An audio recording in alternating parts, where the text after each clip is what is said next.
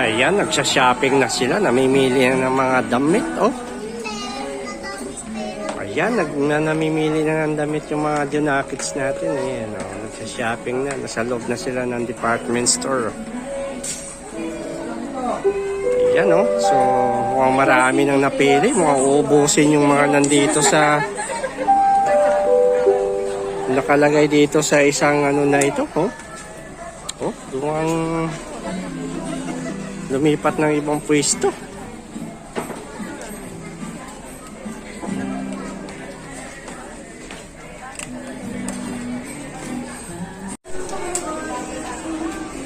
Hello, shopping. Ayan mga papsi, ayan, nagsa-shopping na. Ayan, namimili na ng damit niya. Oh.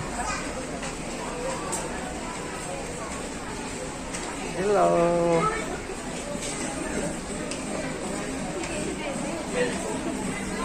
Bing! Rainbow brand. Ayan, sige, pili lang.